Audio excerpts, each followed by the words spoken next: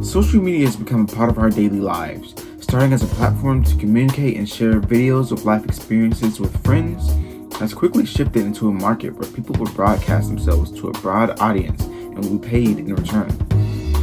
Social media, while still maintaining its original goal of keeping up with friends' lives, has also become a lucrative business, going so far as to become a form of entertainment that rivals television and film. With the rise in the platform, we have also seen the birth of social media influencers, people with a large audience who, whether they realize it or not, have an impact on how their viewers will make certain decisions. With millions viewing and posting on social media daily, some users going viral is a guarantee. Social media offers a more intimate relationship between the viewer and the creator, as it is typically one creator behind the content as opposed to something like television, where it is manufactured by a team and typically does not give the main leads such a spotlight. Where issues begin to arise is when creators begin to weaponize their influence, possibly endangering viewers and their privacy. This case study will analyze the dangers of social media stemming from the abuse of power by these social media influencers. The study will ponder the ethics of these new age celebrities and the trust that onlookers give to them. It will also explore the effects that this deceit could have on the viewers and even those around them. Social media has slowly become a regular part of our lives. Ever since the release of the smartphone, the variety and amount of content available are enough to reach any niche that an individual may be interested in, from cooking to film reviews to freelance journalism. However, there are certain risks involved for all parties that can be avoided by following ethical practices in digital media. One such case is knowingly lying and selling a product that will negatively impact their audience. There are many such cases of this, with one of the more prominent ones being the Save the Kids cryptocurrency scam.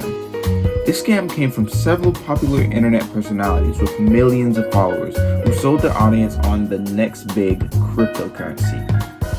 While viewers bought the stocks, the influencers would artificially boost the stock's numbers before selling it using a scheme called pump and dump. This left viewers at a loss and a range of emotions, sparking mass controversy against the individuals involved.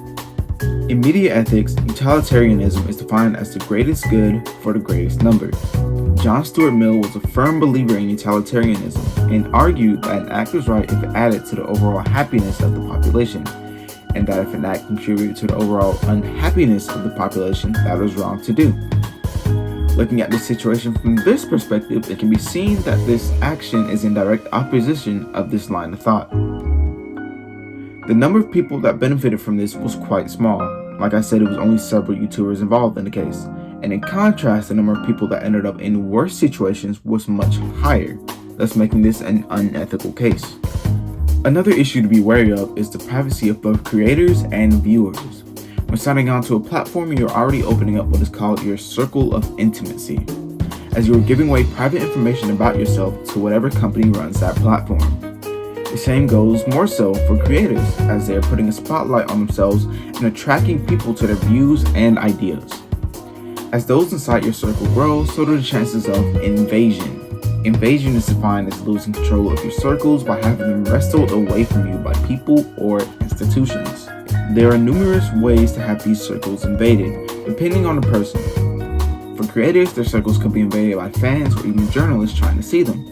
In other cases, it could be the other way around, as a person could have a private relationship with someone else, but then that information could be shared online, or maybe the app itself is sharing information that someone didn't want out there. In both cases, control over the circles of intimacy is wrestled away. In this instance, this is a matter of privacy for all users. Fans and journalists alike should follow. As explained in media ethics, part of ethical growth is to know when the rule applies and when the exceptions occur. In a case where someone is overstepping their boundaries to see a popular figure, especially one that hasn't done anything wrong, it goes against the line of thinking presented by the circles of intimacy. Users also have to keep tabs on what information they share, as it could be put out there on the internet at any point, whether it's by a person or maybe by the website itself. In conclusion, social media has only taken up more time in our daily lives over the generations. Gen Z is likely the biggest consumers of social media content, and Generation Alpha will likely continue that trend.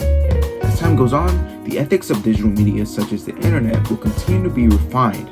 However, the internet is a deep and complex system that will have to experience some growth pains to get anywhere. How social media and the ethics behind it will be defined is something that we will only see in the future.